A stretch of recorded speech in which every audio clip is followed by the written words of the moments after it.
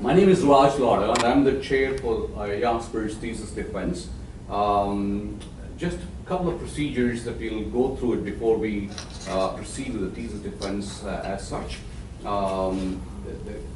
Just to mention the committee members who are all here today and who couldn't be here today as well. The supervisor for Jasper is Yuri Monthali. And then the committee members are Dr. Taria Tennyson, Flavio Schimpel, and Peter Fischer, and Stephen Miller. And the external examiner for the thesis defense is Wendy Rao, connecting from Madrid, Spain. And the procedure is as such is Jasper will give a 15-20 minute presentation and followed by 2 rounds of questions from the examining committee, starting with the external examiner. And then after that, the session will be open for the audience, actually. At the end of that, actually, the audience will be asked to leave, and there'll be deliberations amongst the examining committee. And after that, I'll come and get you, Jasper. Don't go too far from that particular point of time, okay? So that's in simple how the whole procedure will go.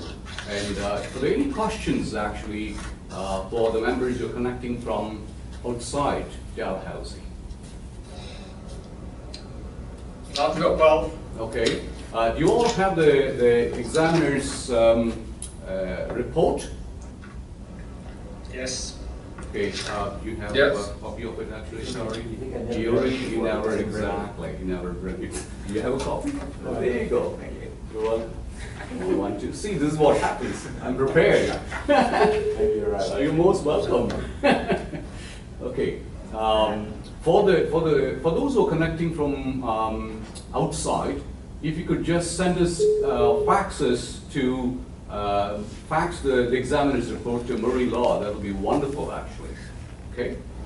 Thank you very much. Without any further delay, let's begin the presentation by Jasper on the associations of cardiovascular function and structure with the feed deficiency in beef cattle.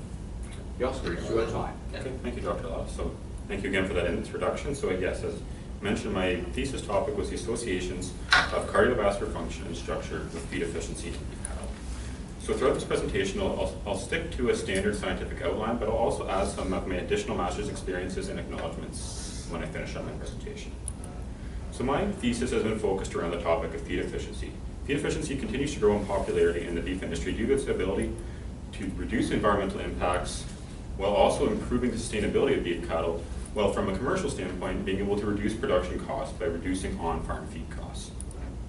Determining feed efficiency has been an increasingly popular topic as well, where the common measure has become residual feed intake. Residual feed intake comes with its limitations, however, where the increased time, expense, and labor to determine it have limited its use on farm.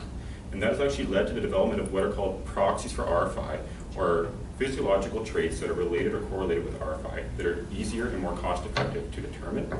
And a potential source of proxies has been identified as the cardiovascular system. If we look within the cardiovascular system, and look at low RFI cattle, what we've observed is that low RFI cattle have a lower heart rate across a variety of different situations. So the 2 questions that come from this that my thesis is thought to search is, first, what has to occur before these can be used on farm as proxies for RFI? Second of all, before something can be used in industry, we need to understand the underlying mechanisms behind the indicator trait and RFI, the trait of interest. What is causing these associations and what are the underlying physiological mechanisms? So if we look first at the first question, how do we develop an on-farm proxy? What that previous slide has shown is that there's associations of heart rate with RFI during both rest and stress. And there's certain questions and influences that have to be answered before we can see them used on farm. So first, looking at the applicability during stress. What will influence applicability? Can we use these indicators during routine husbandry practices? And what about the length of these assessments? Will they be shorter or longer, and will that influence how we can use them on farm? But also the severity and the duration of the stressors that we use to actually cause changes in heart rate, they may be related with RFI, will also influence the associations we see. Now during rest, again, length will play a role, as to obtain a resting heart rate, we will need a longer recording, but we may also have to handle those animals more than once to equip and unequip them with the heart rate monitors. And as it is a longer recording period, we have to consider additional measures that may influence that association between heart rate and RFI, including previous associations with lying patterns and the environment. But overall, for looking for developing a proxy, two major things have to be considered once we do identify a proxy. Is it repeatable, and what is its predictability? How highly correlated or associated with RFI is it? So my first major study in the thesis, chapter 3, looked at what I've highlighted in red. So the applicability of both assessments within potential influences during rest and associations with RFI. And chapter 4 began to look at the influence of severity and duration on the associations between stress, heart rate, and RFI. But also looking at that second question, what are these underlying mechanisms behind the relationships between heart rate and RFI? So if we look at what past studies have shown, low RFI animals have a lower heart rate, but heart rate is a component trait as part of cardiac output. So what's occurring with the other part of that component are stroke volume and overall cardiac output. But also additional changes in the cardiovascular system could be occurring in the context of RFI. Blood volume is also related to and influenced by changes in cardiac output. But also overall, changes in the cardiovascular system that are occurring could result in structural changes within the heart itself. It may also not only be related with RFI, but these changes in heart rate that we have observed. But what is influencing these changes again? What is the mechanism behind these additional potential changes that may be occurring? Well, if we look at mechanisms that are associated with RFI, but also with changes in the cardiovascular system, we come upon metabolic demand, body size, and oxygen carrying capacity that both could be associated with RFI, but also with changes in the cardiovascular system. But what is regulating these changes and what's allowing them to be different over long periods of time? How do we have a lower resting heart rate for extended periods of time? Well, we have to consider the potential role of both neural and endocrine mechanisms that are regulating these changes. So within chapter 4, I focused on metabolic demand and oxygen carrying capacity, as in the context of RFI, body size is the same across groups, but I'm also considering to look at the potential role of neural regulatory mechanisms in these associations. So my general hypotheses are that heart rate assessments that utilize both rest and acute stress can be utilized as proxies for RFI, and that the association between heart rate and residual feed intake will be accompanied by additional changes in both cardiovascular function and structure that could be influenced by metabolic demand and oxygen carrying capacity that may be regulated through neural mechanisms. So moving into the first study, or chapter 3, associations of acute stress and overnight heart rate with feed efficiency in beef heifers. So this paper was just recently actually accepted by Animal and is now in press. So the two major objectives in the study were, first, looking at the associations of heart rate and lying patterns recorded overnight in beef heifer calves and their associations with residual feed intake. And the second of all, to look at the situation during acute stress or exposure to an umbrella and its associations with residual feed intake in both beef heifer calves and yearling heifers. So as I mentioned, this study was completed on both heifer calves and yearling heifers of the breed compositions I've listed, and they were both fed a grass and silage-based diet. Productive performance was evaluated where individual feed intake, body weight, and ultrasound compositions were recorded, and that allows for the prediction of feed intake for both heifer calves and yearling heifers, where the residual of that model equals their RFI. Now, if we look at the differences between these two models, the yearling heifer model also included days in gestation just to account for that additional energy requirement for the developing conceptus. So looking at the measurements that were recorded, we recorded heart rate, lying patterns, body surface temperature, and additional environmental measurements just to look at those influences on the associations that might be occurring. Moving into the overnight assessment, it was completed in the 20 lowest and 20 highest heifer calves in terms of RFI, where the recording occurred from 1600 to 5:30 hours the following morning, where heart rate, body surface temperature, air temperature, and humidity represented 30-minute means, whereas lying pattern was determined across 30-minute intervals. So I've just given an image of the lower part of the page, where the right animal shows, well, the heart monitor and how it's equipped, and the two animals in the lower left side of the image, if you look at their lower right leg, you will see a white bandage. That contains both the accelerometer for determining lying patterns and the body surface temperature sensor. So moving into the acute stress assessment, which was completed on all heifer calves and yearling heifers, animals were exposed to the opening and closing of an umbrella 3 times directly in front of their snout, where heart rate was recorded before, during, and after exposure. So I've just marked on this heart rate curve where that umbrella exposure occurred. So we looked at that heart rate just before exposure, that maximum heart rate due to exposure, the average heart rate after exposure, and the change in heart rate over that time. We were also interested in looking at rates of change in heart rate. Not only these absolute values or means, but what is changing as we introduce that animal to an umbrella. So this is working with groups for each RFI, or heart rate values for each RFI group. So I've just given an example of one RFI group. So how this procedure works is you select 2 knots at inflection points. This allows you to segment the curve into separate intervals, where then you can develop linear and quadratic covariates depending on how you want to fit that curve to actually predict heart rate across each of these intervals using a segmented polynomial. In the case of my study, we used a segmented linear, quadratic polynomial, which is just listed at the bottom. So we'll start to introduce some of what those regression coefficients are representing later. So if we move into statistical analysis, first starting with repeated measurements, so that was the overnight heart rate recordings. They were completed using the mixed procedure, where first off, I just want to mention the body surface temperature and our environmental temperatures were not related or significant effects in the model. Already answering one of our questions and our objectives is the potential influence they may have, which was not significant. And then LS means were compared both across RFI group and RFI group by line classification using the model that I've listed. For single measurements, so that was both the productive performance measurements and the acute stress heart rate measurements. They were determined first looking at significant fixed effects within the GLM select procedure, and then they were adjusted using the GLM procedure using two separate models, depending on the trait and the group of animals that we were working with. And then for the actual fixed regression coefficients within the segmented polynomial, we utilized a two-tailed t-test to compare their values. Looking at the overnight assessment to begin with, the lower curve in this graph represents the overnight heart rate pattern of a low RFI group of this subgroup of heifer calves. What we observed is lower heart rates across the overnight period. That supports previous studies and again shows the potential for a resting heart rate as an indicator for RFI. Now, just to look at that a bit further, we were also interested in the role of lying patterns. So if we look at this graph, the two left bars in a darker gray represent the heart rates for lying and standing for high RFI animals. The next two bars in the middle represent the heart rate for lying and standing for low RFI animals. And then if we look at the two right bars, the first bar represents the change in heart rate from lying to standing for a high RFI group of animals, and the second, the change for a low RFI group of animals. So the take-home message really with this figure is that regardless of the lying and standing patterns, low RFI animals have a lower heart rate. From that, what we can take is that we can utilize overnight heart rate as an indicator for RFI without requiring knowledge of lying pattern information. If we move into the acute stress assessment results, first looking at heifer calves, in the single measurements, we observed that they had lower RFI heifer calves that increased heart rate max, so an increased heart rate response to the umbrella, and a higher heart rate after, also contributing to a greater change in heart rate around that umbrella. If we look at our polynomial measures for heifer calves, we also observed that they had a greater linear rate of heart rate increase after exposure and greater linear and quadratic rates of decrease after exposure in low RFI heifer calves.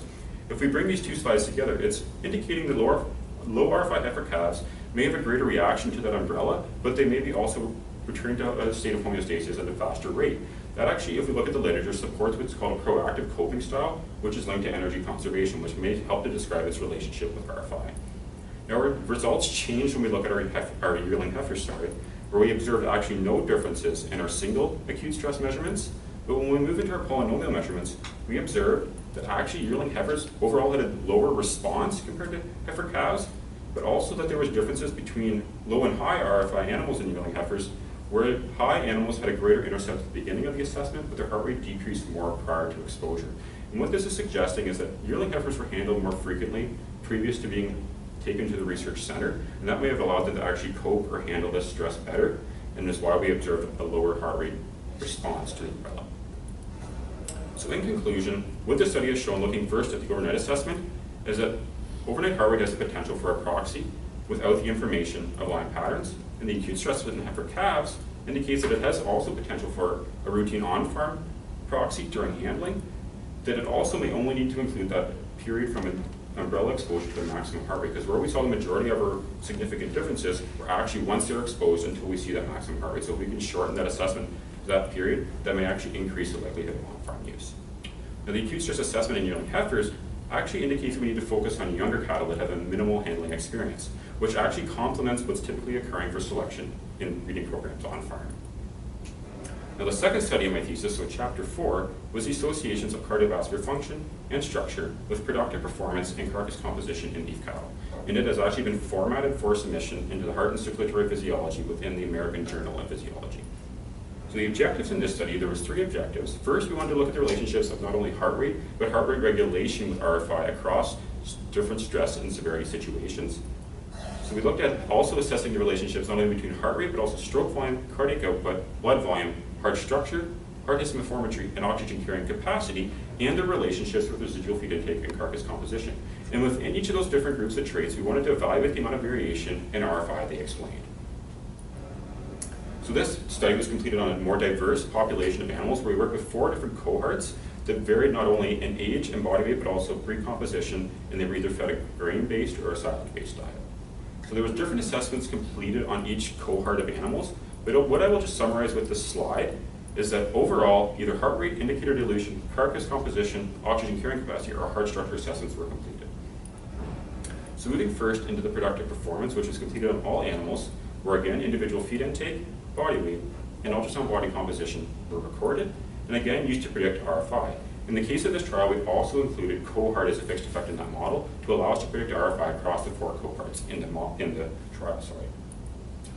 So again, heart rate was recorded using a polar system, where it was recorded overnight, during transport, and while at the abattoir. And within each segment, we looked at the overall average, the average of the 20% lowest, and the average of the 20% highest heart rates. But also we measured an indicator of heart rate variability. So that was the area under the amplitude frequency curve within the low frequency power spectrum.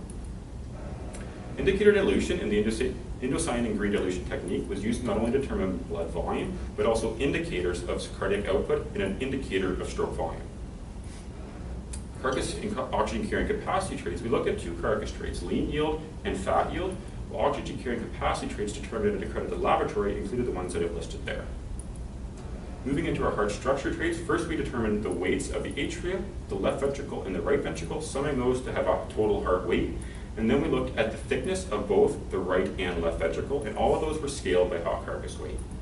Now moving into some of the histometry or histology measurements, we looked at myocyte width, indicated with an A, and myocyte or sarcomere length, indicated with a B, and again we scaled those by hot carcass weight.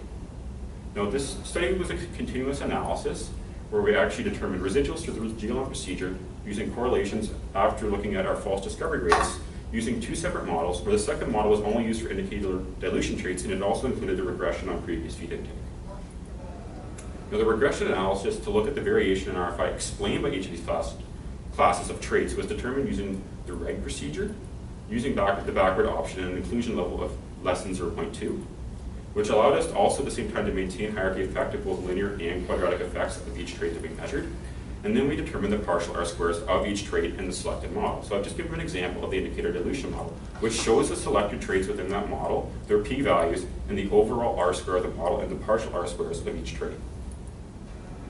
Now the overnight heart rate assessment and heart rate or RFI results. First, just what I want to indicate with this is that we do see relationships between heart rate and RFI during the overnight period, but the direction and linear or quadratic effect of that relationship changes as heart rate increases. Although it indicates a plateauing effect, it also indicates a general relationship that agrees with what we saw in our first study. Now, if we look at the stress results, we see that there was 1 transport heart rate, and we looked at 3 different abattoir heart rates that had effects on RFI that were both linear and quadratic, and that changed again as heart rate increased both within the transport and the abattoir segments. What this supports is that when we look at changes in the relationship within the abattoir assessment, is that as that severity of stress increases, so does the relationship with RFI changes. And when we look at the difference in the length of the assessments between the transport assessment and the abattoir assessment, we see that stress duration may also affect this relationship. Now, just specifically looking at the average abattoir heart rate, we see that it has a negative relationship with RFI, so indicating that high RFI animals may have actually had a lower heart rate response to that period. That agrees with what we observed in our first study in heifer calves. Now, the low frequency measurements, first looking at overnight, it indicates that there may be minimal sympathetic modulations that are influencing the relationship between overnight heart rate and RFI, whereas the change in relationships, again, between the low frequency measuring transport and abattoir support another indication of severity and duration influencing the relationship. But also what we need to consider is the HPA axis is it can also be influenced by sympathetic activity, but also influencing heart rate and its relationship with RFI. That remains in question as that was not studied in our study. Moving to some of the functional measurements, first looking at our indicator of stroke volume, it displayed a negative relationship with RFI. And if we start to bring that together, it's indicating that a high RFI animal has a decreased stroke volume indicator and an increased overnight heart rate. They also had an equal cardiac output, but so potentially these 2 changes are offsetting each other when we look at the components of cardiac output. Now moving into blood volume, it displayed a positive linear relationship with RFI. Starting to pull some more results together, when we look at that, an increased blood volume at an equal cardiac output actually indicates that we may have increases in atrial blood pressure or blood pressure overall, but also changes in resistance or vascular compliance. But again, that remains to be further studied. Looking at potential influences for these relationships. First, oxygen carrying capacity. What we can see is that MCV, yes, is related with RFI, but that relationship actually may not be influencing the relationships with the cardiovascular system in RFI, as MCV was not correlated with any of the functional measurements that were associated with RFI. So what about the role of metabolic demand? Well, these increased overnight heart rates, decreased stroke volume indicators, and equal cardiac output indicators that we're observing in high RFI animals supports a decrease in mitochondrial efficiency, but also an increase in metabolic demand, indicating yes, metabolic demand may play a role in these relationships. The increased blood volume is a bit more complicated when we look at our results, is yes, it may indicate increased metabolic demand, but its linear relationship with dry matter intake indicates that maybe also just having a higher intake in high RFI animals is causing this relationship. So now if we start to summarize this some more, what we're actually indicating here is that high RFI animals may have an increased right ventricle workload, which would be supported secondarily by the increase in blood volume and the suggested increase in blood pressure. Now what also supports an increased right ventricle workload is the higher heart weights in the right ventricle, the higher right ventricle thicknesses, and the increased myocyte widths that we observed in high RFI animals. So what that actually is suggesting, and may also help us explain, is why the heart structure model is explaining the most variation in RFI when we looked at that third objective. And why also, if we look at the predictive ability, it also is better at predicting RFI at low values. Because what we may actually be observing is that these structural traits actually represent the additive influence of various functional measures. So that is what I'm summarizing at the bottom. Although we saw associations with RFI and the functional measures of heart rate, stroke volume, and cardiac output, that those influences may be additive and represented in a greater amount through structural changes. So in conclusion, both severity and duration did influence our relationships of heart rate and RFI. And our functional and structural results indicate that feed-efficient animals may have an increased right heart workload, and that may be due largely to differences in metabolic demand, not oxygen carrying capacity, and may not be regulated through the neural system. Supporting again that there is potential for heart rate as an applicable feed efficiency proxy without negative implications when we're looking at selecting for low RFI animals, but our results are beginning to show that there is changes within the high RFI animal that if they continue to develop could turn into a pathological state, which is an interesting finding. So just to kind of wrap up with the general discussion, the first goal of our study was to identify proxies for RFI in looking at the cardiovascular system. So what we've observed is that high RFI animals have an increased heart rate. And what our potential proxies are that we've identified are the umbrella test in our first study in both overnight, abattoir, and transport heart rates. But what we've also sought is what about using routine husbandry practices, so looking at tagging or disbudding or other things that occur on farm that are stressors in themselves that allow these assessments that can be pleated and potentially uptaken quicker on farm. So then the second goal of our study was what other changes are occurring in the cardiovascular system and what is regulating and influencing these mechanisms. So what we're also seeing in high RFI animals is a lower stroke volume indicator and equal cardiac output, a higher blood volume, and potentially changes in right atrial pressure. We know that body size and cardiac oxygen carrying capacity are not influencing those changes, but potentially our results are indicating metabolic demand might. What we're seeing with our results is neural stimulation is not regulating these changes. Previous studies suggested endocrine activity and renal mechanisms could be associated with RFI in sustaining these changes in both heart rate and cardiovascular function in general. Now overall, these changes in cardiovascular function are secondary but are supported by an increased right heart workload in the high RFI animal. So my master's wasn't all just writing papers and completing data analysis. What I also had the incredible opportunity to do was travel to various places and present at various conferences. So first I started with a presentation at Graduate Research Days in 2015 where I was selected as the first prize oral presentation. From there, our research group went to Ottawa to the Canadian Society of Animal Science meeting to present our research.